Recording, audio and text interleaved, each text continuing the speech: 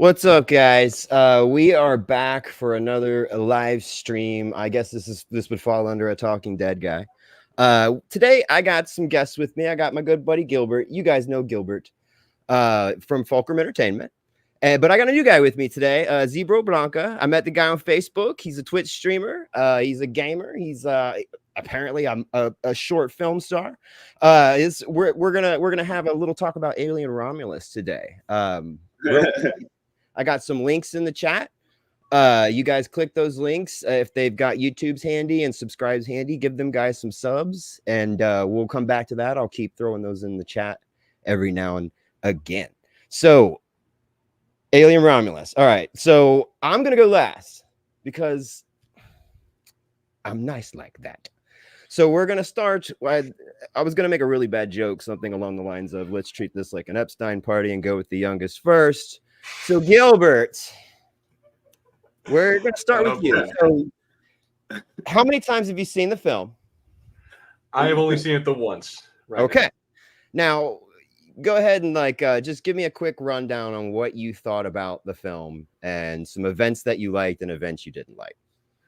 Oh, I thought it was great. From start to finish, I thought it was just like it had all the elements of an alien, of like a horror alien movie. It wasn't like any James Cameron Aliens. It was very much like we are in a horror movie in space, or like a haunted house in space, and it felt like that from the beginning. Like from just like the silent space and like panning in on the ship again. While the alien logo is coming up, just like I'm like I feel it, and then having the ship power on. Having all of it kind of kick, and then leading into them finding the alien, fossil, all of that, just great way to set it up. And then from there, it just keeps going and going and going all the way to the very end, and I just loved it.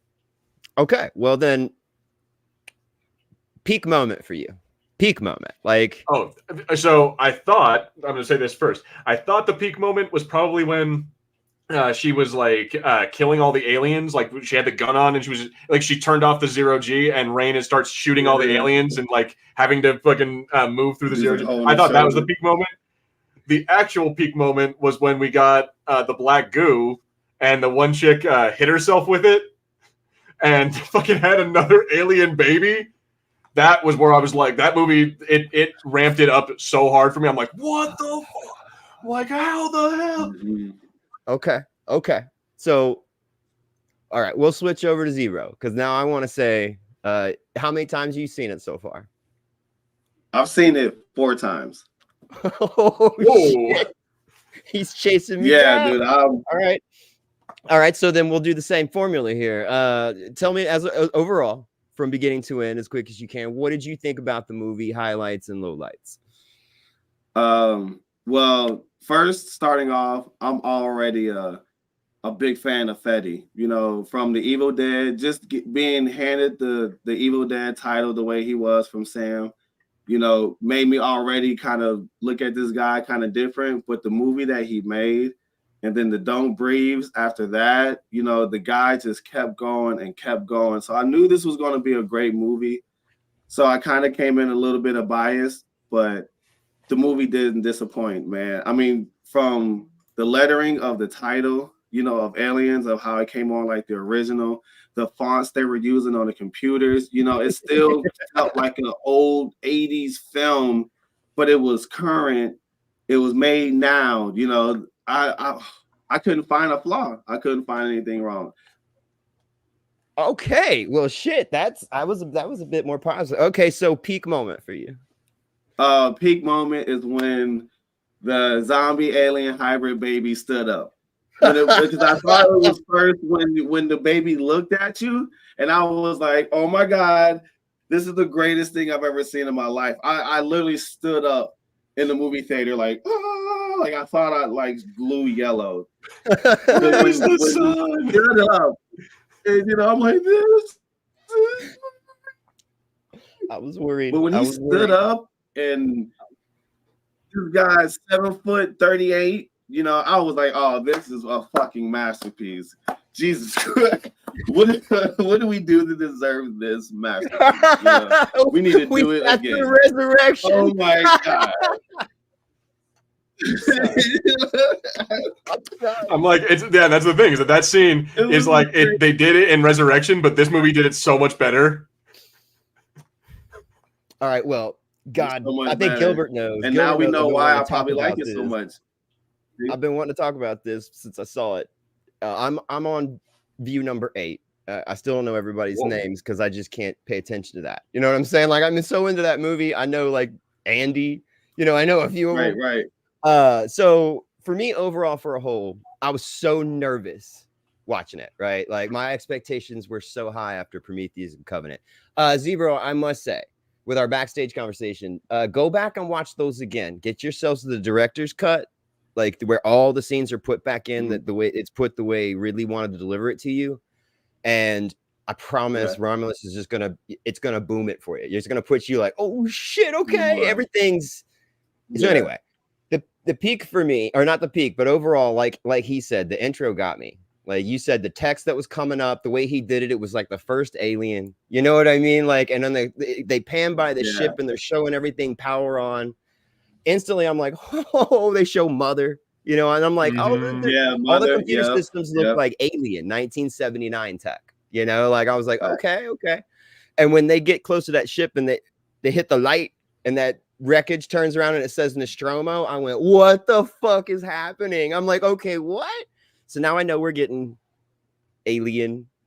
We're getting something between that timeline. So this happened right after Aliens hasn't happened yet. You know what I'm saying? And just overall, man, the homages, everything they were throwing in there, I felt like Fede paid so much attention to detail to probably the first 3 films and then including the prequels. Like he was able to take so much and just cram it down in like a close to a 2-hour play film. You know what I'm saying? And deliver to you something that had the drive that Aliens had. Because everybody likes Aliens. It's not a bad film at all, but it's got a drive. It's more action. It's like an anxiety-ridden film where you had Alien that is like a haunted house in space type feel. Like you were just terrified. There's this one thing hunting down a crew and there you can't escape. There's nowhere to go. You know what I mean? Like so it had a different vibe to it, you know?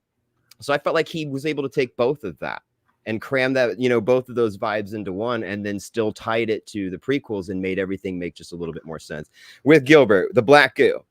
As soon as I saw the tube, I just went, I'm validated. Thank you everybody that ever argued with me on my short. I would like to reiterate and say that I was correct and that the black goo was derived from xenomorph DNA. The xenomorph was not derived from the black goo. It was not the other way around. And I'm like, guys, there it is. It's right there. You tell me he's not pulling that out of that. Which is a horrifying thing to think, is that like, so the engineers got the black goo from some like xenomorph prime. Like that is a xenomorph we've never seen before. There's a type of xenomorph out there we've never seen. It was most likely a deacon.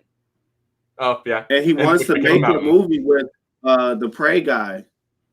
So there's still so much more that he can tap into, you know. Wait, what? Hold on. Yeah, he wants to. Was it David? David, I can't remember his last name. David something. What's up, Tevye? Dan Trachtenberg. Dan Trachtenberg. Yeah. Trachtenberg. Damn. Yeah, but no relation to Michelle Trachtenberg. But yeah, that dude and fucking the director of this, Fede, dude, both of those two together. A Prey and Romulus style movie. See, now look, my peak. I'm gonna have to agree with Zebro. I mean, the whole movie was a peak for me. Like there wasn't a point. Yeah. Okay, there was a point. A low point for me was the only thing that it lost a 0.01 point, becoming a 9.9, right? The only reason it lost that 1 point was get away from her, you bitch. I thought that was a little too on the nose, like, but that was, I looked past it. I was over it. I went, and then it was over, you know? But when that freaking hybrid xenomorph black goo engineer love child baby mutated and stood up, and it ended up being like almost 9.5 to 10 feet tall. And it had that creepy ass engineer face and the tubes on its back. Like I was just instantly mortified. Like He was like a Cash Money rapper from like '99. He stood up and all his teeth were like platinum. I was like, this is crazy. He's like, yeah, no, this is slow clap. Crazy movie. I mean, great movie. I gotta hand it to him too. Hear me out. The cast was surprisingly a lot younger than any other Alien movie we had ever seen. Like they went with a whole group of kids. And I remember going over this in a short, a long time ago. I wanted people to be like, this is what we know so far. So I went over the cast members. I had only seen Kaylee Spaney in, like, I think it was Pacific Rim. And the second Pacific Rim. And I wasn't too crazy about that movie. So then I went and watched Civil War. Because that was, Alien hadn't come out yet. And I knew she was in that. And that was a banger. If you guys haven't seen Civil War, it's an absolute banger. She did so good. I was like, okay. This girl can handle an Aliens film now. Like I got to see what she was capable of. Isabella, I mean, I'm a huge Sicario film fan. So I saw her in the second Sicario film and was just like, she's good. Like this little girl can act. You know what I mean? Yeah. So I already knew the cast could do their job. And what I didn't expect was Andy. That dude, man, his character blew me the fuck away. That was the point. Me and Gilbert, he's playing Detroit. Become Human right now. It's one of my favorite games ever made, right? And we were talking about that in his chat. I was like, dude, I'm all about Android. Like if I had an Android, I'd treat them like a person. I'd care about them. And it tackled that, which that's more in the comics than anything else, right? Like what they've been doing with that Android revolution type stuff. They've been tackling that in the comics. So I feel like this movie, I think that I sat down and read the new comics and was tying things together too. And I think he's just taking it all and like making the universe make sense the best he could. And man, I appreciate him for everything that he did. That peak moment, I think me and Zebra agree on, you know what I'm saying? Like that point where but I mean, Gilbert, you were even like, dude, the second that mutated baby just started being like horrifying, like exactly. Yeah. Like, the second he pops out, like the second that the sack opens and you see the little engineer baby, I was just like, oh fuck, it's an engineer. Oh fuck, she birthed an engineer. And then like we get to see him all like Slender Man. And the thing is it's not. Yeah, it's just got the size that DNA got mixed up because that black goo wasn't right. Like it wasn't done right. They hadn't been doing human testing yet. You know what I'm saying? So that's why what I liked about the Ash character, the Rook, I know you guys don't talk about it, but it was Ash. I like when that chick took off. Remember when the impregnated chick and she took off running, the look on his face when he was just like, they did exactly what I thought they'd do. I've been waiting for this moment. They probably wouldn't let him do human testing. And those were grown Xenos, grown from that black goo. So they were not exactly the Xenos we've been seeing so far. They were genetically created like the ones we get in the comics. So dude, he was tying a lot together. And see, that's what I'm saying is that there's somewhen, like if I was gonna earlier a comment, there was someone asking if we had any pitches for that. I think it was James Rodriguez. Yeah, my pitch would be, so in the original Alien, you see the space jockey with the burst open chest, and like there's eggs all over the ship. I want to know where that queen went. Where did that? Because there's a queen that was on that ship. That's the queen that went to the atmosphere generator in Aliens. Oh, okay. In Aliens. Okay. That's why it was. Never mind that. Remember how smart it was?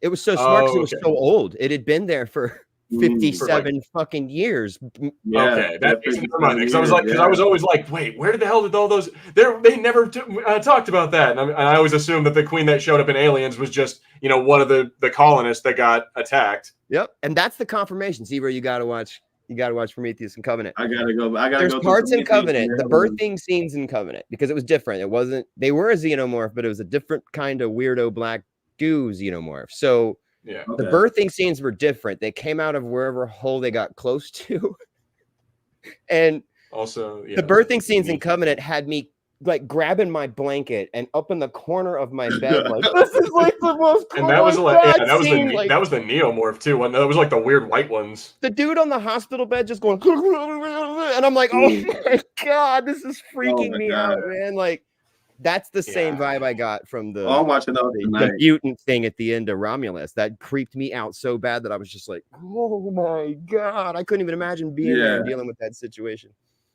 Like, it'd be cool to see. It would be cool to see what the original like xenomorph that the black goo was derived from, like how they got the creature they got the black goo from originally would be like. I'd be cool to see what that was like. I think if I had to guess, and what I would gather, I mean, Zebra, you might have a theory on this too, but what I would think is they just bred a xenomorph and they were doing genetic research on it somewhere and basically derived its pure DNA and mixed it with a pathogen, something that could spread, like airborne. And with the xeno DNA, you know how when you get impregnated with it, no matter what species you are, it goes back to every species that you evolved from, and it can access your DNA that way. Pull something that's the most dominant, that's the most strong out of your DNA, and it grows that way. So in Alien 3, you guys probably remember and think it was a dog. Am I correct? If I say what was it birthed from, you guys would say a dog, right?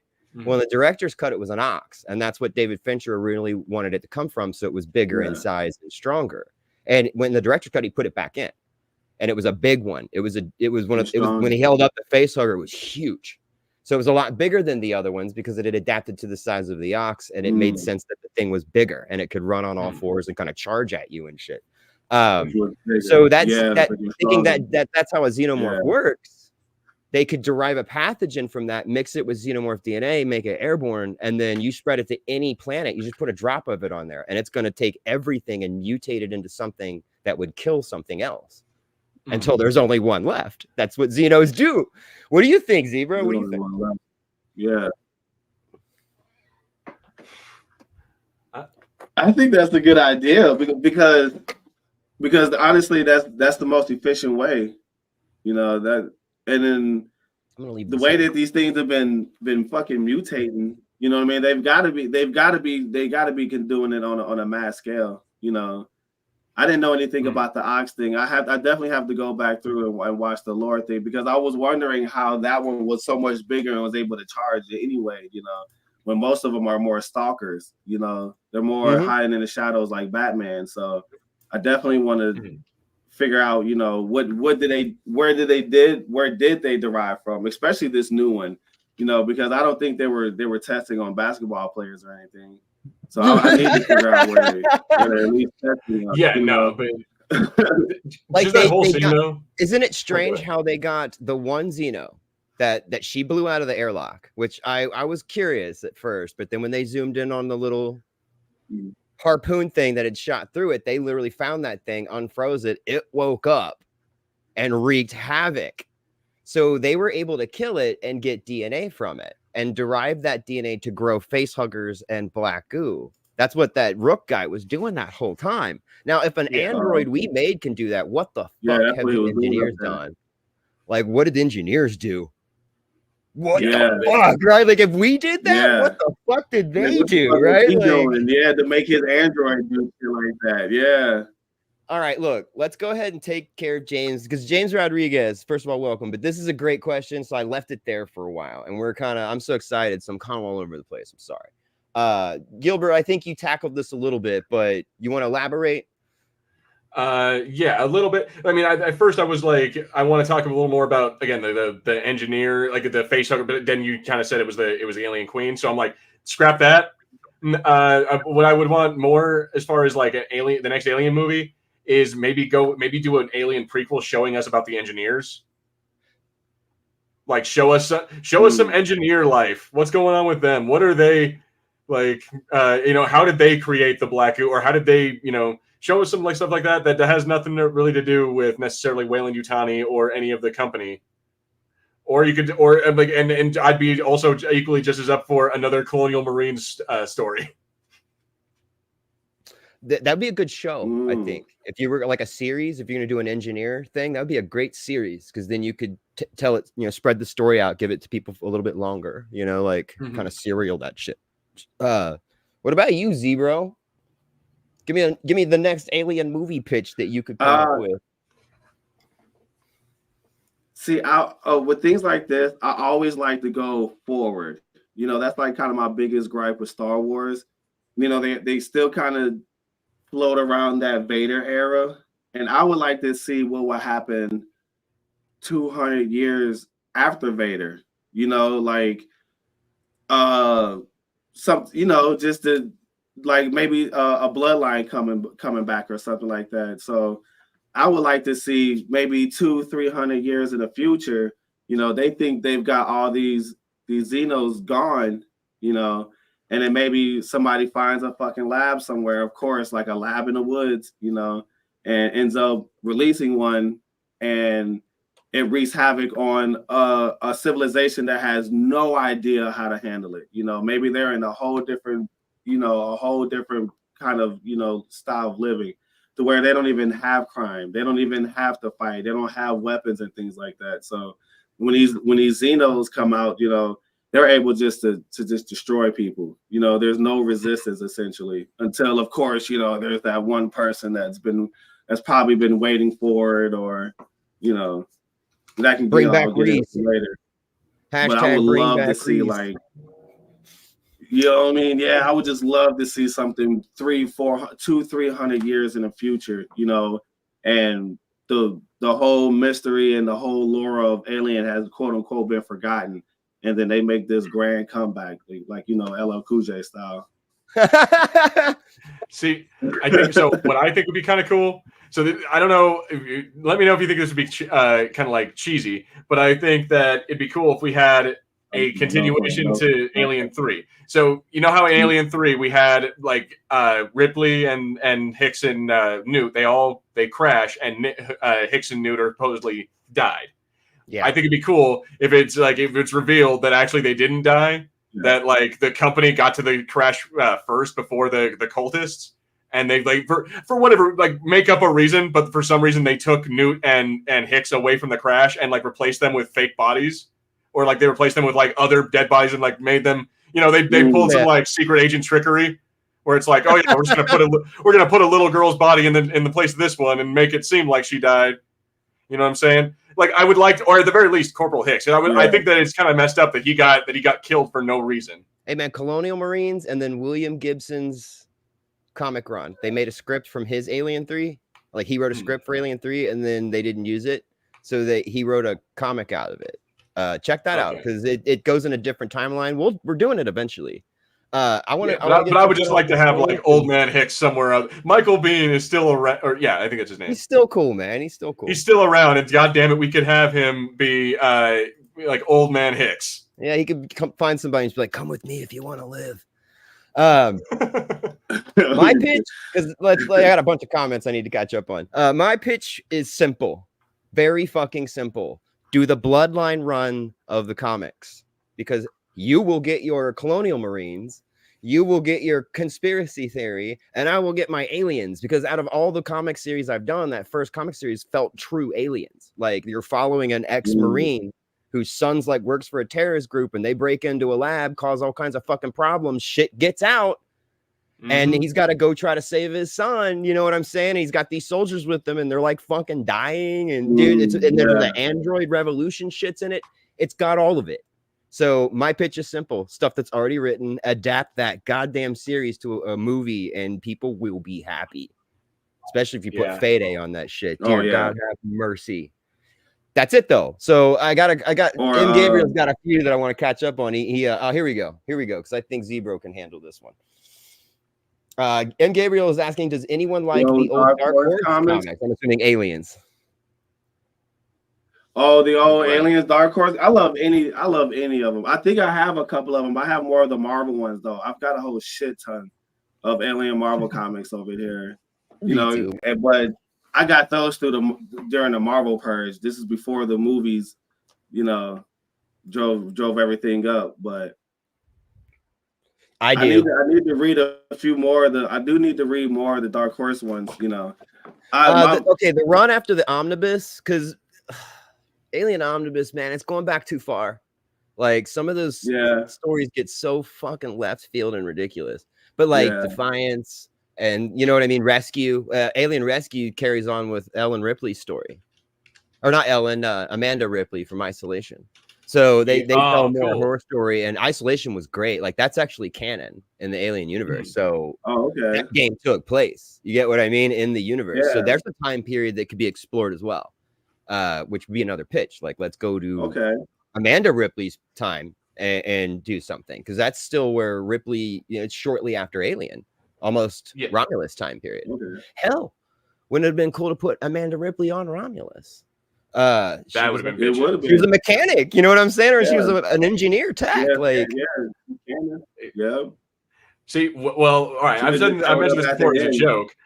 But why can't we have Jonesy? What happened to Jonesy? Where is that fucking cat? Let's have a movie specifically about what happened to the cat. It died the second they woke it up from cryo sleep. Yeah. Like, you used up all your lives, bitch. Yeah, you're done. The machine was not prepared for a cat to be laying in. What do you mean by this? The cat's the only working escape pod. That's what happened. The cat left before the movie even started. You know, it was like, oh, something's fishy going on. The cat jumped in the escape pod and left before the opening credits started. What's up, Reese, brother? Yeah, but old Ripley and new Bishop. I think it'd be cool to have like, although we can't really do that because from the whole lore of like anywhere between Aliens and Alien 3, she's like she's busy doing other stuff, you know, or Alien Resurrection, you know, like she can't like at any point after that, it'd have to be post Resurrection, and then you could have like Ripley 8 or Ripley, whatever the clone Ripley. But it's like no one wants that. I didn't want it the first time. Hear me out. Yeah. My beef is they killed her at the end of Alien 3. Because Sigourney Weaver didn't want to play Ripley anymore. She wanted out of the franchise. She didn't want to do anymore. So her and David Fincher got together and wrote her out of the script. Then she comes back to do the worst one possible, right? Why didn't you just let her live at the end of 3 then? Like, what the fuck? Like, why did we got this? So I just don't watch Jesus anymore. You know, like I watch Alien until right up till she jumps off, and then I skip to Romulus now. Oh, actually, Romulus doesn't take place then. So technically, the last movie in the timeline is Alien 3 or Resurrection. Yeah, because that one takes place like hundreds of years later. So yeah, there's your Zero, to go back to your Alien pitch. Knowing that, since Alien Resurrection is the most recent in the timeline, would you want yours 200, 300 years past that point? Or that period? Would you want it in the Resurrection time period? Now I'm curious. Yeah. That's a good question.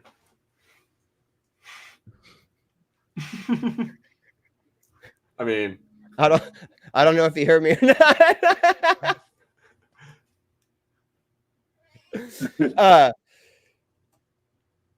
I would say you said Resurrection does take place like 200 something years in the future, right? So it would be that period after Romulus anyway. Like if we go to that time period, Alien Resurrection is like 200 and something years past that time period, right?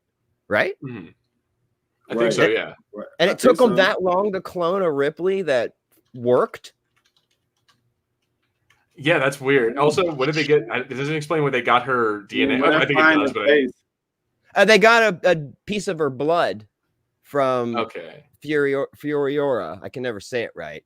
Planet Fury. Oh, yeah. So the saga continues 200 years after Ripley sacrificed herself for the sake of humanity. Remember, Ripley has a nosebleed in every single fucking Alien she's in. They got some of her blood, and I guess they spent a bunch of time cloning her. You know, you get the kill me.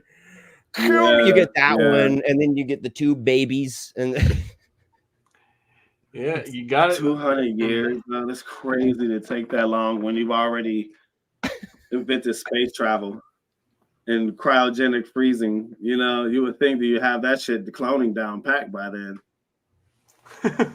I say they mixed the cat with Ripley and the xenomorph. That's Ripley 9 is Cat Ripley xenomorph. Ripley. Ripley morph. Dolly the clone sheep sends its regards. Yeah, see, we are already cloning animals. I'm like, also at that point, why don't you just clone the xenomorph? Although they did. You can't clone it. They did. They did. That's exactly what Romulus was. They cloned the xenomorph. Oh yeah, that's right. They did clone xenomorph. That's right. They cloned the facehuggers. That's right. And then a bunch of kids came in there and fucked everything up. That thing was going to hit the rings and destroy itself. And here's another fun fact about Romulus that nobody has said and nobody has mentioned. What's that? There was a queen there somewhere. Oh yeah, no. If there were eggs, there had to. If there were eggs in the little like light, they didn't even fuck with it. They just were like, that thing was so well hidden that It could have been sleeping Also, or hibernating. You know, like who that was knows? that was also a huge station, and they were only focused on certain areas. That queen could have been literally anywhere there, and they just she walked past her. Like she could have literally been on the ceiling the whole fucking time, you know. They're like walking by, screaming. See, yeah, but you're right though. Like what you just said, it was stupid. They could have just like I understand why they went up there. It's like, oh, if we get the stuff that's on the ship, we could sell it or we could use it to fucking get us to the next planet, and we could be free and whatever, and yada yada yada. But I'm sitting there like, dude, if you guys had just left the station alone, then in 3 goddamn days it would have destroyed itself, and you wouldn't have had to worry about the damn aliens. I know, but man, all right, hear me out. You asked me this question, like we're just hanging out someday, we're all smoking and getting all high and shit, and you're like, hey man, let me ask you something pretty existential. Do you believe in aliens? I'm gonna be like, I mean, I believe it's possible, but in reality, fuck no, I don't. Like, I don't think there's anything out there. Most people that have never experienced anything, they weren't aware. The last thing these kids were thinking was they were gonna run into this giant fucking man-killing DNA designed to kill people thing, right? Like they didn't know. They thought it was just some ship, and then when they got up there, that's when they found out it was a station. Can I also talk about that? Like, yeah, please. So this is something I've noticed about the Alien franchise, and it makes me so sad about like the bleak future that they think we're gonna have. Is that so? Aliens, and Alien Romulus. So each of these 3 things, like we have, space truckers, we have a bunch of dumb kids, we have space marines. All of them come in contact with, at that point, to them, the first contact with alien life that they have ever made, or that humanity has ever made to their knowledge. And they don't think anything. The Marines are just like, oh yeah, we're going to kill it. Cool. We're just going to kill this alien. The fucking truckers, like in Alien 1, they come across that. They don't think to themselves, oh, aliens exist? Oh my God, what is it? No, they think, how much money do you think we can get for this? That is such a bummer to me. These kids come across they find a dead alien on this ship, and they don't think to themselves, oh, hey, yeah, that's cool. Maybe we should get the fuck out of here. Maybe we should. No, they think to themselves, all right, we need to get the fuel still and get to our planet. I'm like, bro, none of you think like about the existential consequences of what you're doing, or of like finding alien races. But no, you're just like, oh, hey, well, how much money can we make? Hey, does the black goo have the elixir to life? I don't know. Let's try it out. Why'd you shoot me? I'm just trying to kiss you with my little mouth. Yeah, no. And meanwhile, our androids are fucking worshiping these things like gods, and we're not worried about that at all. God, can I be vocal about something else? Go ahead. Anybody listening out there?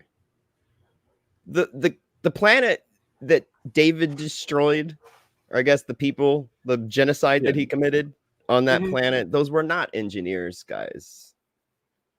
They were a hybrid colony. They were actually smaller than people, because when you go back and watch them walking through them, the little black corpses are smaller than David. They also don't have the biosuits. When the ship came into atmosphere, and you remember how they all came running because their gods had returned? You know what I'm saying? Like, think of it in a situation like us, where we've got our religion. We've got, say, let's just pick Christianity. All religions have a God who's going to return or some kind of story, but we'll just use that one. So these people are like us. Their gods are these engineers, and they've been probably having stories and prophets and all these things saying when they're going to come back. So this ship comes back in the atmosphere. All these people come running out of their homes and their temples. They live a simple life. There's no tech there, and they think their gods have returned. David opens that thing and just unleashes death all over the planet. These people are running away thinking the gods are angry. We're being punished. So think of it, if that happened to us, we would have done the same fucking thing. That's all I'm trying to say. Like, Ridley was very deep with that shit. Like, he was conquering some stuff, and he was like, look at what happened, what David did through the perspective of those people. And if you remember that when you look, the camera's kind of panned up. It's giving you a forced perspective. You don't top down, and then when you see them cheering, they don't give you their feet. You don't get a height. They're just sort of So if you go back and watch again, you'll be like, oh, fuck. They're smaller than engineers. They don't actually look like them. They have different features. Yeah, all they don't have exactly the same. All engineer females looked exactly the same. Like they bred and engineered, designed themselves to be that way. You know what I mean? They made themselves perfect. So those other people on that planet were not perfect. They were religious. You know what I mean? Like, people. Which also means, like, so was that not the engineer homeworld then? No. Oh, no. Shit. So the engineers are still out there somewhere doing engineer shit. And if they find out, that would be cool too. Another pitch. Continue David's story. Predator he went versus to their homeworld. Engineer. You know he was going to fly to their homeworld. You know what I'm saying? So he's got a colony full of people that are sleeping in a fucking cryosleep with embryos he made of the special xenomorph that he made from Shaw's protomorph. DNA. Yeah, neomorph or whatever you want to call neomorph, it. like, the neomorph, protomorph, whatever the hell it's called. I argue with people. Well, David didn't create the xenomorphs. It's like, no, he didn't. He created a xenomorph, like just one. You know what I mean? Like he created an imperfect version of it. One. Yeah. He saw the mural and went, "That's what I can do with this." And then his broken AI throughout the years that kept fucking up his coding and all that shit. He thought he did it and saw himself in this high esteem as a creator. When he wasn't, he became just like his father. He became an arrogant little prick. So I think where people kind of branch off, there's like Zebro said, he heard so many people say they didn't like Prometheus and Covenant, and what I like about talking about with you guys is at least with seeing Romulus. We can now talk about it. We can now say you cannot talk about Romulus without talking about Prometheus and Covenant. Now they are tied together, but he also took those and tied those to Alien and Aliens. You get what I mean? So we've got that 4 stretch of movie now that ties together, and you can see the transition. You see it now. Like Prometheus is such a beautifully shot film. It's very artistic. It's very deep. It doesn't really feel like an alien movie when you're watching it. It feels like an engineer movie or an exploration movie. Then you get to Covenant, which starts that way. And by the time the end of it feels like an alien film. You get what I mean? And then you get Alien. And now we get Romulus, and Romulus will transition well to Aliens. So, dude, I think he did a good job, man. Like, I guess we're pushing up on a 37-minute here. We covered a lot of lore. We had a really, really good, I guess, what would you call it? Let me grab this link real quick, guys. We had a good suggestion or good question from what was his name? I'm sorry, guys. Do you remember? I haven't seen him in the chat since, so I'm wondering if. What was the question, or what was the pitch? That was a good question. And then Gabriel in there. That was James Rodriguez. Okay, yeah, thank you, James Rodriguez. That was actually pretty awesome. We got B in here. Hey, B, what's going on? So at this point, I think I'd like to talk a little bit about where things are going with the comics, because I believe they're tied together. But since Marvel and Disney and all this have gotten a hold of 20th Century Fox, the coolest thing that happened was not Deadpool and Wolverine for me. It was this. You get what I mean? Like the birth of we're getting better alien films, since the 3 and 4, we're getting better. We're going to get better X-Men films. We're going to get better. You know what I'm saying? Like things are just going to get a little bit better from the future. I'm pretty faithful anyway. Been pretty hush-hush on the series. What do you guys, because I don't want to say anything about the comics just yet because of the series. They've been pretty hush-hush. What do you think's going to happen with the series? Because we got that's coming pretty soon.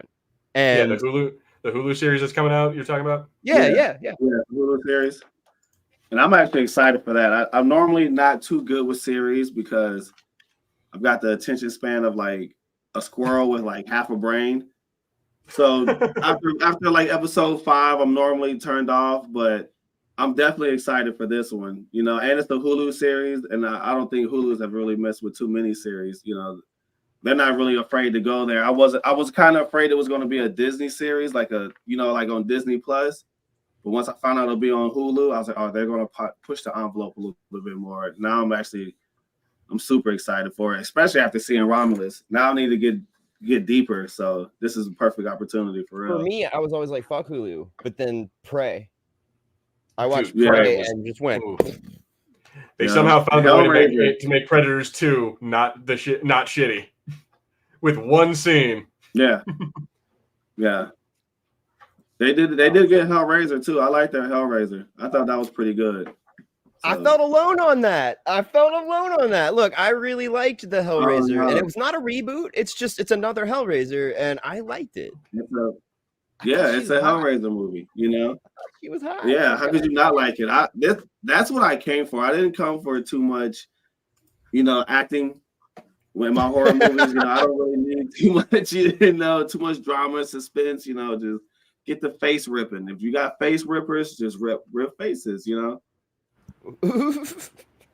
Stick them hooks in my nipples and pull them off. That's what I'm looking for. That's what I came for. You know what I'm saying?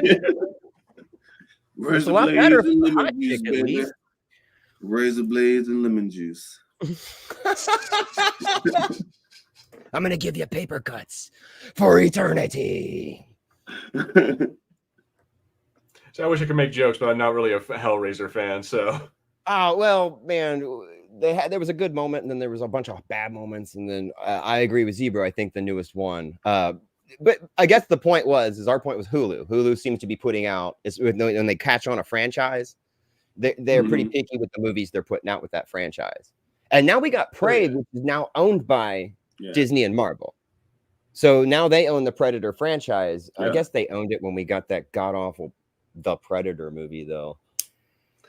Yeah, but that was... It's not worth it. I don't care if Shane Black directed it. It's not worth it. Yeah, once I found out there was a Key and Peele... I don't remember if it was Key or Peele. Keegan-Michael Key. Yeah. Nope. They got Thomas Jane, Keegan-Michael Key, one of the assholes from Game of Thrones, and then a couple of other dudes. That dude from Logan.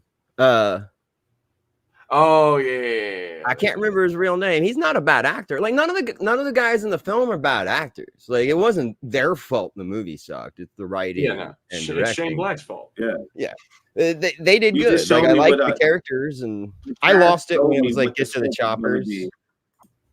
Get the choppers. Once you put a comedian in there like that, kind of like a sketch comedian, I can already tell how the script is going to play out. I was like, all right, so this is going to leave a lot of corny jokes. Yep. So if you want a better one that does what that movie tried to do, Predators, the 2010 movie with Adrian Brody and all that. Brody. That one was good.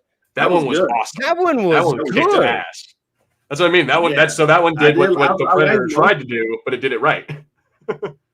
Yeah. You see, I like the second one. I believe it with Danny Glover.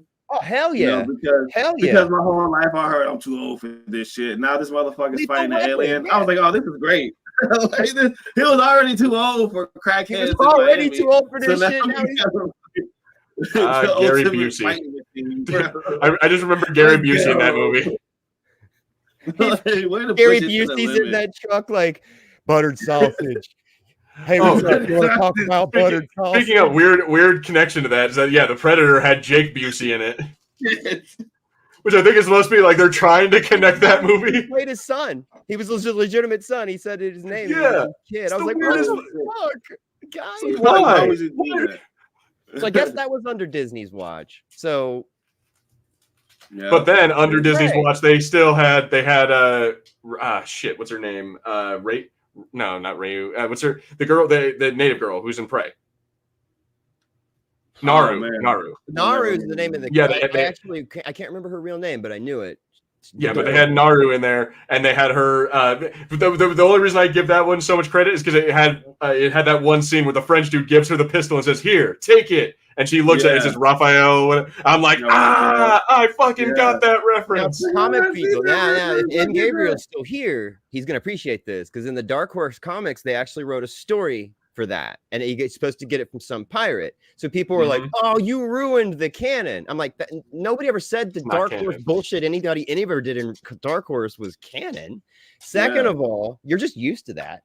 That's really weird. Why would the Predator just help out a pirate? That's just weird to me. So I like this better. Let's make it make more sense. But the thing is a senior Predator gave it to Hardaway. What was his name? Danny Glover's character. Hardigan. Yeah, Hardigan. Yeah. He a senior Predator, an old one, gave it to him as a reward. Yeah. So how did they get it back? Prey 2. Prey again. That's really stupid. Yeah, Prey 2. And they win, and they must win this time. He's like, give me my goddamn pistol back. Yeah. See, that's what I'm worried about is that I want there to be a continuation of that, but I'm also worried because I'm like, it's kind of would ruin it if there was, because then either she has to lose or there has to be a different hero, and we just have to imply that, all right, she lost off of screen, and it's like, or she died. It's like X amount of years later, she died and passed it along. It's like another, exactly. Her great granddaughter inherited it, but she's a fucking maid or something soft, you know. Or or start something off with like, one of her ancestors sees her die as like an old woman, like as a predator takes her down and takes the gun from her. I got it. Ancestors. It gets taken from the ancestors during when the settlers came, when the colonists came. It got taken from her. Then it got stolen by pirates. Now you get your comics, Dark Horse. That makes sense. We can tie that together. Yeah, we've just branched off on Predator. A predator on a boat in the middle of the ocean versus pirates sounds crazy. Look, Bill Paxton's in Predator too. There's your alien connection. Fun fact: Bill Paxton and Lance Hendrickson have both been killed by Terminators, Predators, and Xenomorphs. Both of them, both actors have been killed by 3 of the most iconic Bill Paxton's sci-fi fucking horror shits. It's like all they need now is to become a thing, and they've like completed the cycle for me. Like that's the holy quadrilogy for me right there. Aliens, Terminator, Predator, and now you just need Michael Biehn in a Terminator movie or in a Predator movie, and he hasn't been killed by all of them, but he's still been in all 3. He gets. Come with me if you want to live. He says it in all 3 of them. You got to make it work out. Anyway, I love how we've just jumped around to all the different franchises that Fox owns. It's all connected because it brought me back to shit you guys just said that I didn't know. That that Fede is going to be working with the guy who did Prey. So that brings me now to, since we did talk about Predator a little bit, do you think we're going to get a reboot fix on Alien versus Predator? Do you think we're going to get a canon? Because they're not fucking canon.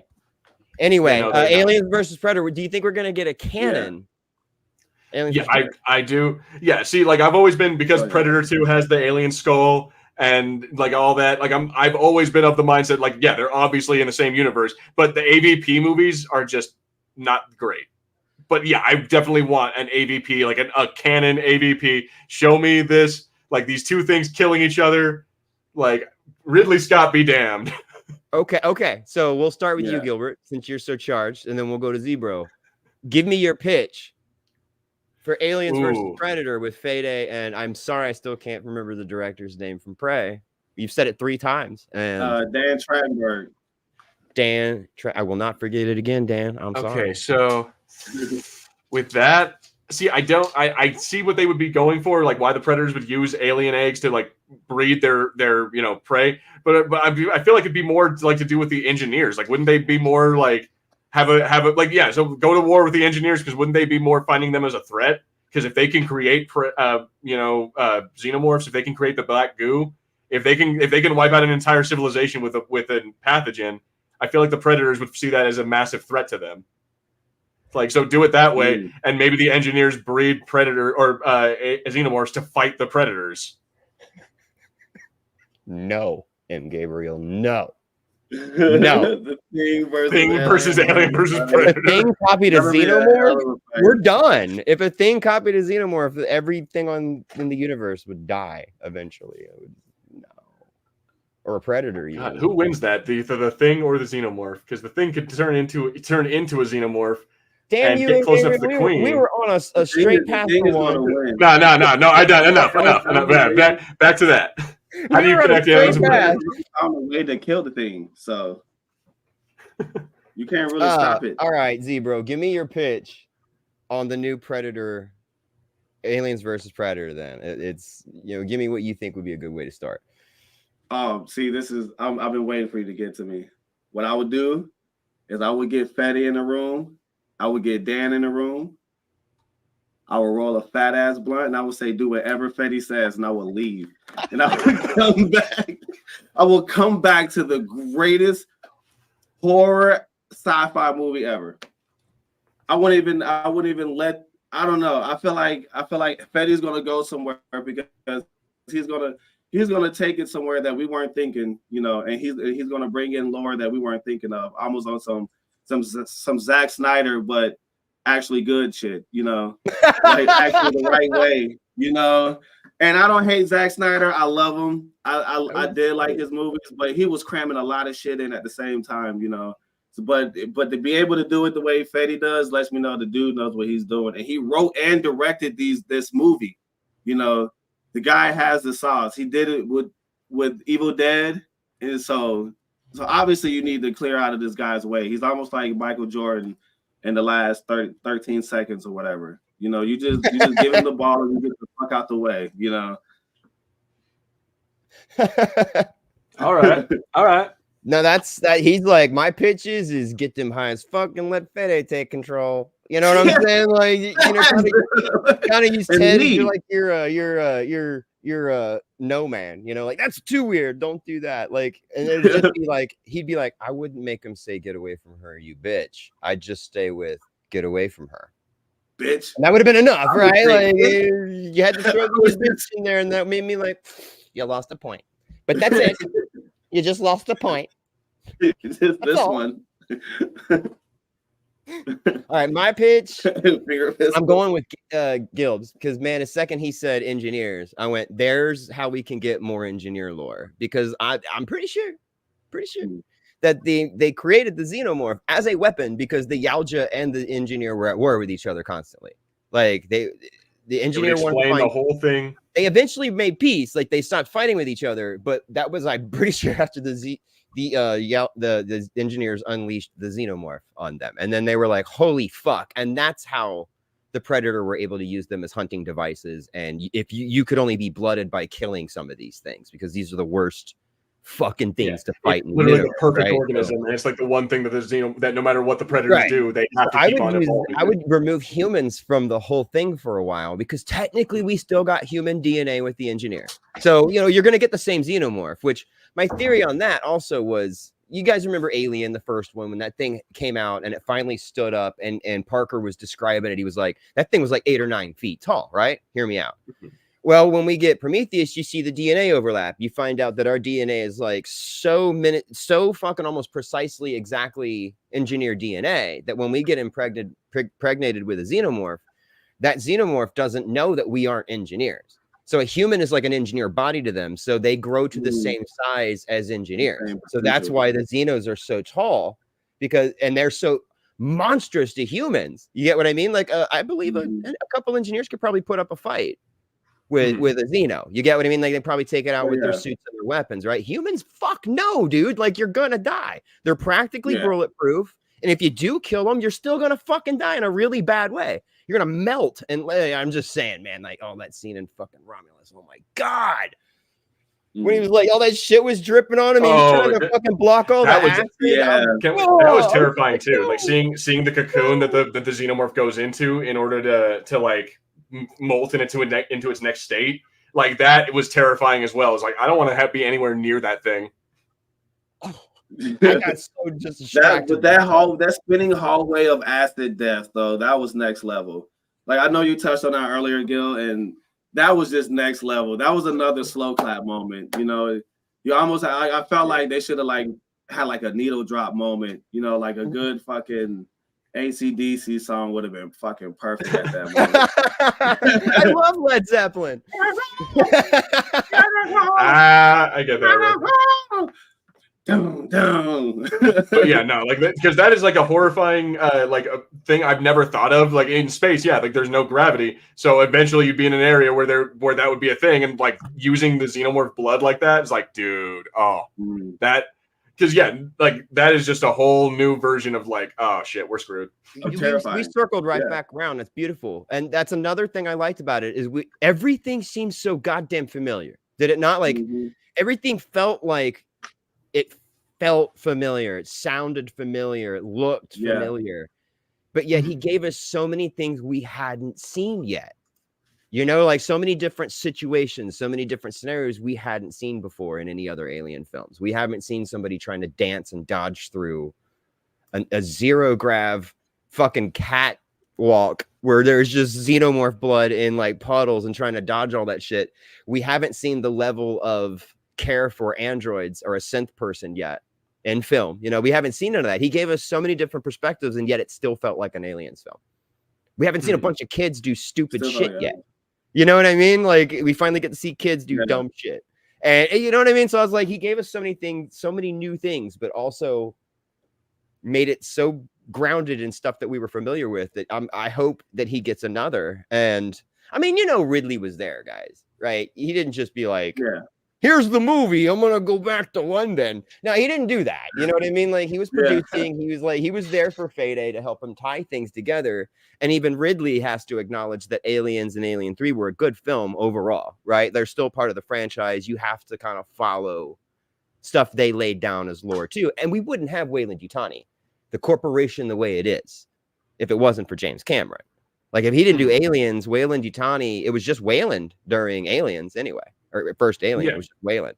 So we wouldn't have that big corporate overarch, you know, Burke starting that whole shitty corporate, you know, corpo guy that do anything for a dollar or an advance for the company. You know what I mean? Like, and then it would willing to kill all of them just to bring home that thing.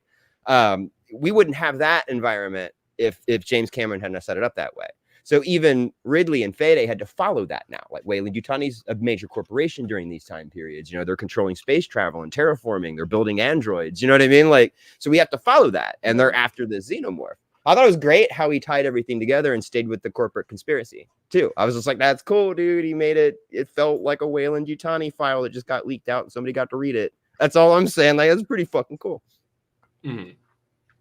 Yeah, no, it was all great. And it felt like that's one thing we mentioned at the very beginning of this is that it definitely felt like a Ridley Scott, like it was like the original Alien. Like it felt like it was in someone who understands the Alien franchise. And loves it. Yeah. Not only understands it, but cares about it. Wanted to do it justice. You know, like let's it make looked like a remastered happy. movie. It almost looked like a remastered movie, even with the practical effects. You know, it was very little CGI. You know, so it looked like an older movie, just remastered, whatever. You know, to make it look a little made for 4K or whatever. Yeah, exactly. Made for IMAX. You know. It was a beautiful film. I agree. Yes. I might be fangirling. Like I said, I could just be fangirling a little bit, you know, because Fetty's the man. But hey, look, I agree with you 100%. Like the Evil Dead remake, I was so skeptical walking into that. I'm an old Evil Dead fan. I see you are too. I'm an old Evil Dead fan. So I mean, the first one, let's be real. The first one wasn't meant to be funny, but ended up being funny because it was bad. And then the second one, Bruce Campbell's like, you know what? Let's make it funny. You know, like, so that was great. I love that lore. But to see what Fede did to it and terrified me again, like I was scared, like creeped out in that fucking movie. Like, and then Don't Breathe. Oh, yeah. Don't Breathe was crazy. Breathe was fucking great. The girl with the dragon tattoo. Like, he's done so many different styles of film that I knew he could handle horror, he could handle suspense, and he can handle action. And Alien should be all three of those. Conspiracy. He should. It's all three crammed in together, and we got all four, and you get to see it. He delivered to us well. So, I guess we're getting close to the hour marker. I don't want to take up too much of you guys' time nerding completely out. So, what I'd like to do is get like a rating going. I haven't come up with a rating system for the channel yet because I started another channel. I just no content yet, but it's going to be a movie review and podcast channel. Of course, you guys should come on there so we can just talk movies and stuff, but it's going to be, you know, how starting a new channel is. It's going to be slow and there ain't going to be nobody showing up and all that shit, but I don't care. It'll be something fun, right? So it's called a cinematic disaster. So, you know, the whole concept is going to be do reviews, pick bad movies on purpose just to be funny and rip them apart at first. And then every now and again, we'll get together and we'll pick a franchise. Like, let's do all the Resident Evil movies. And we'll just sit there and talk about all the Resident Evil movies and give ratings. I want to come up with a rating system for that, but I haven't figured anything out yet. So we'll just do a standard 1 to 10 star system. So, or 0 to 10 star system. Gilbert, as my oldest YouTube podcast guy, partner on this stuff, what's your rating on Alien Romulus? Rating? Usually I go out of 5, so I'm going to do it that way. I'll give it. We'll do 5s. We'll do 5s. That's fine. I'll give it 4.5. Busted in half. I'll give it 4.5 ashes. There we go. Because half an ash, or half a rook, I guess, because that's what he was in that movie. He wasn't Ash. He was Rook. I like this. So we're gonna rate this one. 5 rooks. We're gonna 0 to 5. Out of 5 rooks. So yeah, 4.5 rooks. And the only reason I say 4.5 is because I want to make that funny joke that he was half a rook. I'm half the rook I used. It was half a Yeah, rook. so instead, yeah. So we'll make it, yeah. But anyway, yeah. But honestly, it was a great movie. I didn't really see anything wrong with it. At no point was I not entertained. And honestly, like that's like the body horror that we get from those like practical face huggers is exactly what you want from a alien movie. You want to be sitting there like, oh god, like as if it was happening to you. Out of her mouth. And when the dude was X-ray, back, it was trying to the X-ray through the back was so new, something so different. No, that thing and everything about it. So like there's nothing about it that I find wrong. It even had the weird kind of undertone sexual vibe to it. When the dude was trying to hold it back and that thing's trying to crawl in his mouth, you can't help but feel like, dude, this is just creepily, weirdly sexual. Like, and that's the point. Alien was supposed to be that way. Aliens, they're all supposed to have that undertone. That was Giger's intention when designing the creature. Zebra, what's your rating? I'm going to leave this up here because, man, I've been telling a lot of people about that show. What's your rating on Alien, or what's your rook rating on Alien Romulus? I'm mad because he beat me to the 4.5 rook one. That was good. I would give it a 4.9. I don't want to give it a 5.0 because I want to be that guy. I want to so badly. There's nothing wrong with the movie. The pacing is perfect.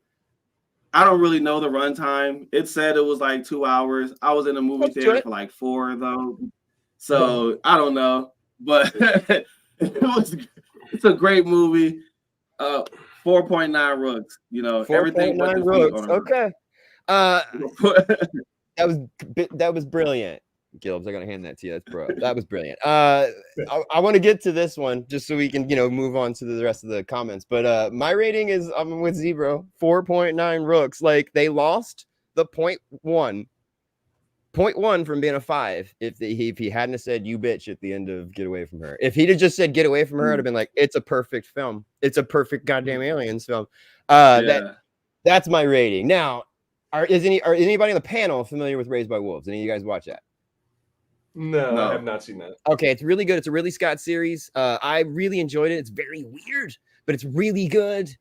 He confirmed it is not part of the Alien universe. I thought it might have been, and then I checked if it was part of Blade Runner, and that was when he had come out and confirmed that Blade Runner and Aliens are the same universe. So then I realized, well, it's not part of Blade Runner universe either.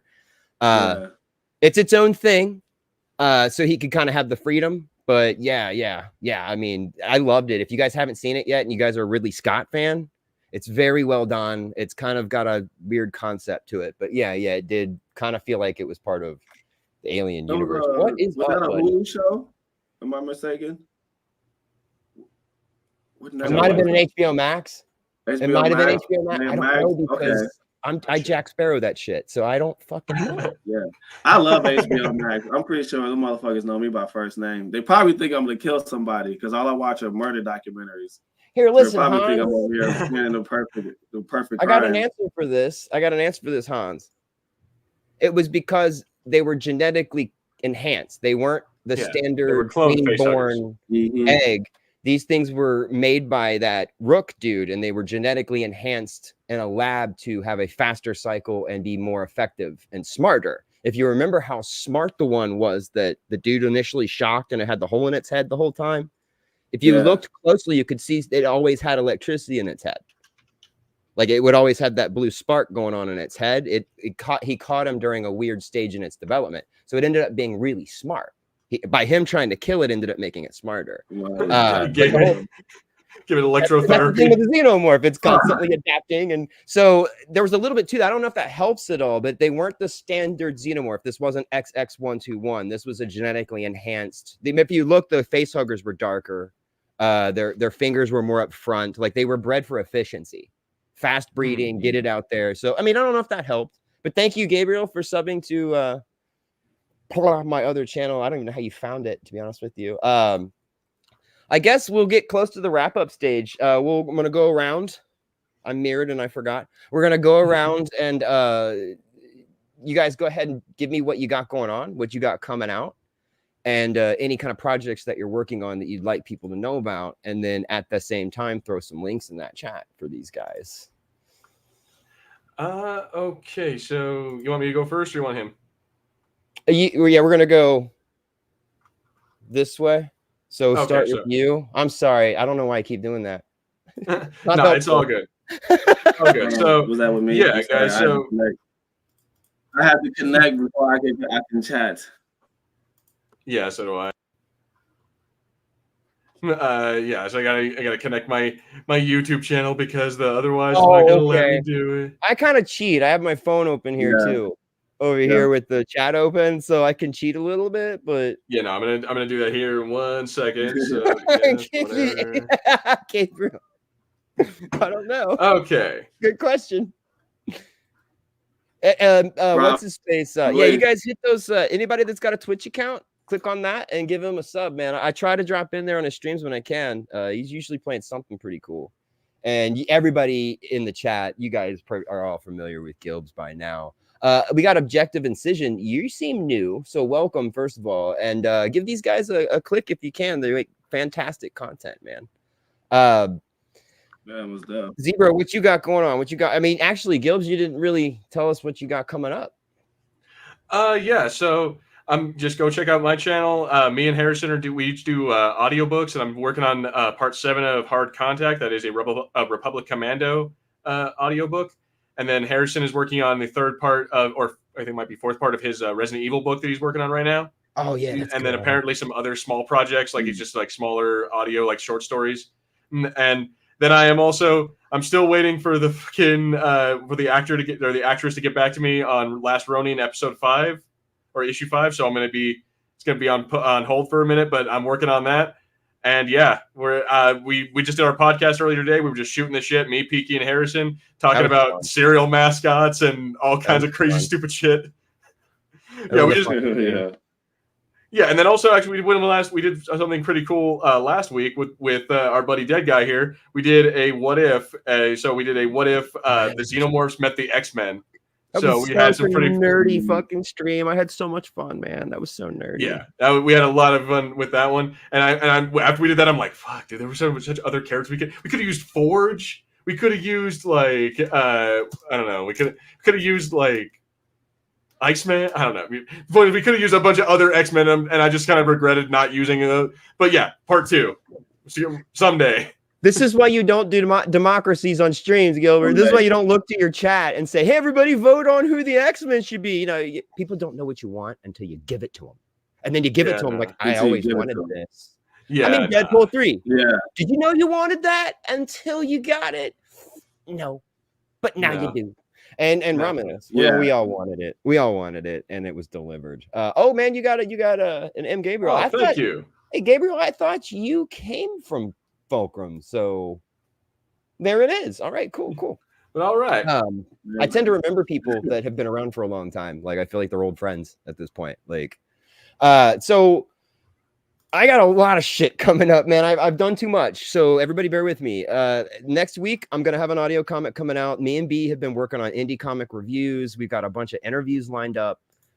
Mainly moved the indie comic interviews to her channel because that's her focus. She really wants to help get eyes on, indie comic creators and things like that. And I really enjoy that, but I felt like doing it so often on my channel was pulling and messing with my algorithm. So the live streams I do now are really centered around the content that I do. And then I'll wait a couple weeks and not have another one. That way the algorithm adjusts back to my audio comics and stuff like that. I got a bunch of aliens coming out. There's a what if series that Marvel Aliens did a what if, and it's what if Carter Burke survived aliens. And Nice. That's fully casted. I'm reading for Burke and another character, but everybody else is casted. I've got a new girl in the cast and crew that's reading the daughter. It's a really funny story. It was written by Paul Reiser and his son. So that one's really cool. And I got like another Aliens versus Avengers is coming out. So we've got that fully casted. So I'm pretty excited, man. There's a lot of content coming out here soon. I would like that. Zebro, man, I'd really like to have you back. Maybe possibly, if anything, for one-on-one or some gaming. Like you can throw your gaming stream up on the background. You can sit there and play some games and we can bullshit, kind of show people what you do. Now, there was one thing you showed me backstage that I think also Gilbert might be interested in. You remember that is it the pop card or whatever. Is that what you were talking Oh about? yeah, the pop Yeah, card. why don't you Yeah, like kind of run them through what you showed me? Because check this out, Gilbert. I think I'm interested in it. I might try it because I was going to get some business cards or whatever for cons. You go to cons. This is a smart idea. Go ahead and break it down, man. You do your essentially thing. you get this pop card, which gives you your own QR code, which I'm gonna start putting on my merch for my channel. And so if you're out and about, you know, if you see my merch, you can scan the merch to get the contact. But if I see you personally, you know, this is a Google Pixel. I just rub this card on the back of your phone, and all my contacts will pop up. So then you see that, and then I open the link, and then you'll see there my logo and all my links will pop up. You know, my Facebook, Twitch. Dude, look at that. You know, that's the shit. Everything. You know, so that is useful as shit. Super useful. Imagine walking around a con and you're like wanting to get people to sub to your channel or find, you know, your Kickstarter, your comic you're working on, whatever, and you're just doop. People are just rubbing on your phone. Yep, you don't even think about the card. You just really walk around with one card, just boop, boop, boop, boop, boop. Yep. That's a great idea. Going. I thought you'd be interested in it. He was telling me about it backstage. I was like, why don't you hold on that thought, and we'll cover that in the stream because I'm interested in it. I want it recorded so I can go back and watch it. And then I figured Gilbert might be interested and other people, some other streamers in here, people might be interested in something like that. Like, I'm assuming you can do anything business related, but for people that are busy and you want to get people to sub to your channel or find you on the fly, that is great, man. That's... Yeah, and if you have one or if Gabe gets one or anything like that, you know, we can save each other's contacts. So if anybody needs, you know, to get in contact with you or anyone else, you know, we can easily just pull some of your information up too. You know, bam, well, here's his YouTube or here's his Facebook or whatnot. It's a pretty cool tool, and it's right on time because I'm starting to like kind of like this little horror line called Creepy Girl, you know, and I've got a few clothes, I got a few items I'm putting together too, but we're really starting to do like reactions to horror clips, you know, and we go out sometimes and do some ghost hunting a little bit, you know, so we're really trying to put a few ideas together to figure out how everything's going to come together because, like you said, we make films too, and I've got a couple of little scary things that I've already filmed and I've got written. So it's actually you shared that clip on Facebook. That shit killed me, by the way. I was belly laughing in my room, man. Like, oh my god, was that you? Yeah, me and my buddy, his name is Josh Luckett on there. You might see him a lot. I do now. Yeah, we make a lot, dude. We were cranking shit out. We're like, you know, we would sit back and smoke, and then we just bounce ideas off of each other. Well, I followed his page. Came up with that idea years prior. I mean, that idea was probably 8 years old by the time we actually filmed it. Oh, damn it, man! And then by the time I filmed it, I was like, let's do the car commercial. You know, I wish I had it. I'd show it to people. If you can pull it up and share your screen, we'll show it real quick. That shit had me in fucking tears, dude.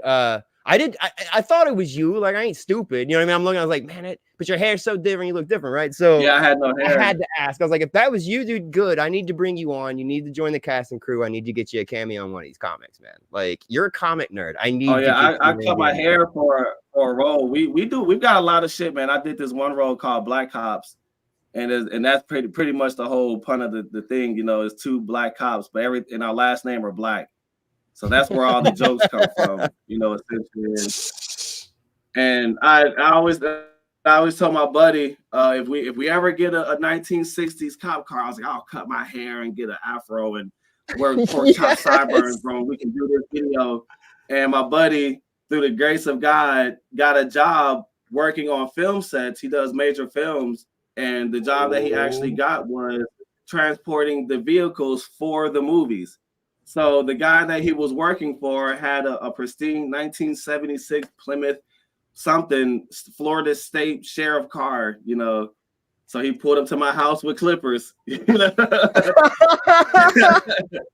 and I cut my hair. I cut my hair for one video. Dude, that shit's. I mean, I can video on here, Facebook.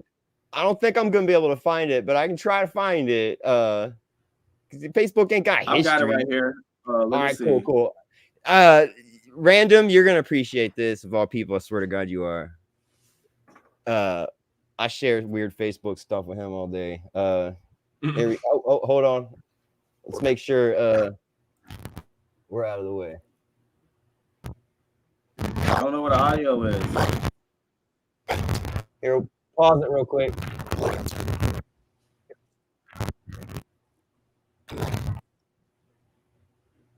Here, Yeah, audio's a little weird, but send me the link in the DM real quick.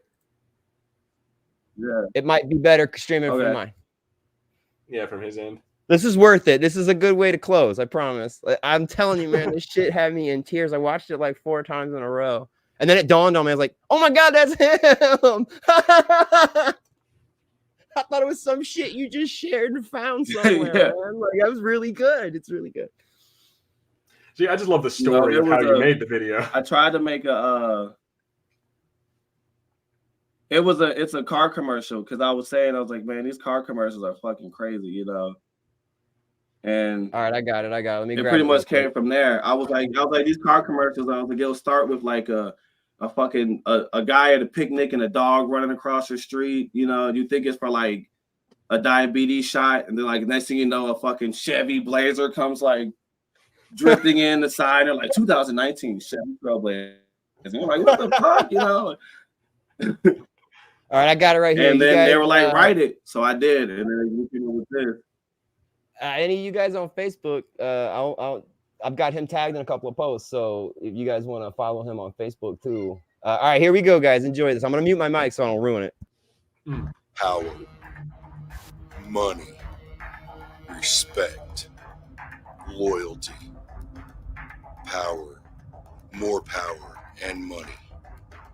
These are the thoughts that run through my head as I ponder the questions of life. Should I take this step forward, or should I take a step back? These new shoes make me fast.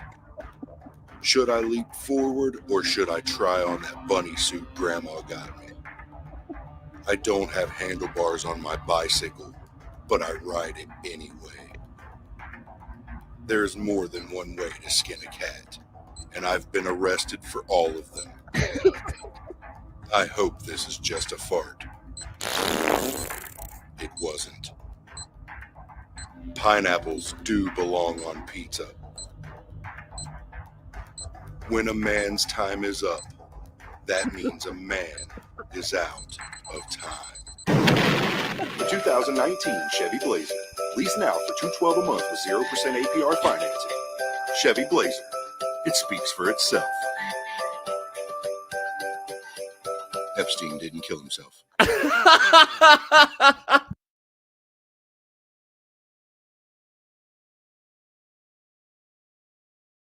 That was awesome. That shit was so funny. I muted myself and I was talking the whole time too. That's thank you for sharing that, man. I got tears. Like I was crying, dude. I'm sorry. That was great. I thought you guys would enjoy that. So I told you you would like it. I almost sent it to him in our private chat today, but I wanted to make sure it was you first. Like, hold on, let me cry. I'm crying. I got tears coming out. All right. The sweat kills me, man, as soon as they cut away. And it's just this phone with a timer going, man. That was really good. So you guys got more of that stuff. You're muted. Am I? No, not you, him. Oh shit. Yeah, I was saying sorry.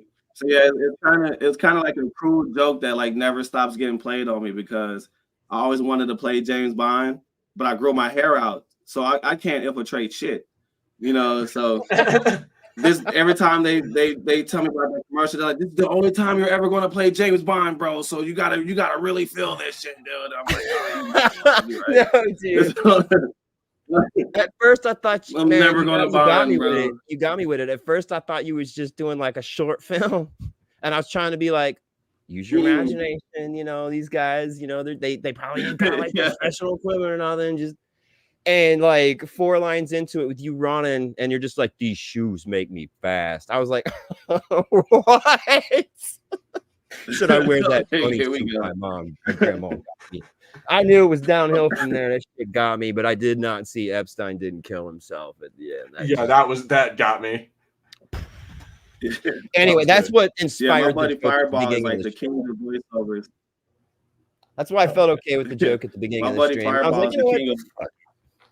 We're all adults. We're all adults here. We've all made an Epstein joke before. Yeah, we've all made an Epstein joke before. You know, maybe not on your live streams, but you know, especially as an opener, and then point to your first guest. Like, anyway, you guys, thanks for joining me on this particular stream. I appreciate it. Zebra, welcome. I'm sure everybody's gonna love to see you back. So please come back. We'll try to get a little network going. We've been working on this for probably a year and a half, right? Gilbert, slowly, like on and off. We're trying to create a group of friends that just. He's a gamer. You guys do game stuff together. So no matter what, and I've got a lot of things going on, man. I really love the horror genre, if you can't tell. You know, so a lot of streams, like the past stream I did, we were reviewing old horror trailers from our old original, you know, horror movies. You know, so like the original Friday the 13th, and stuff like that. Yeah, and then we went into looking for the scariest clips that we could find. You know, scariest shit we could find, and I'll turn off all the lights and get it real spooky in here. You know, and then this is all Spooktember. I love it. So I'm playing nothing but Resident Evil right now, and you know, World War Z's and shit like that. So what's up, Combined Advisor? He came in. You came at the end. No, we are. I promise. It's you came in at the wrong time. Sorry. We were talking about Romulus, and then things spiraled out of control like it always does. You guys, thank you for joining me. I'm definitely gonna have Zebro back. We're gonna probably do a stream every 2 weeks or so, something like that, just to keep it active. And we're just gonna try to keep building this network and this group of people together and support each other, because ain't nobody else gonna fucking do it. You know what I'm saying? Besides ourselves. So, you know, we try to lift each other up, have each other on streams, spread out the network, and just have some fun. So thank you, Gilbert. Thank you, Zebro. We're going to go ahead and call it a wrap for the evening. I appreciate everybody. Silly, Random, T, B, Hans, everybody that popped in, even the new people, Executive Decision, M. Gabriel, you're not new. You've been around for years. We got a new, Combined Advisor. Anybody that I missed, I'm sorry. It's been a busy chat. Thank you guys, and you guys have a good evening. By the way, don't forget to go tell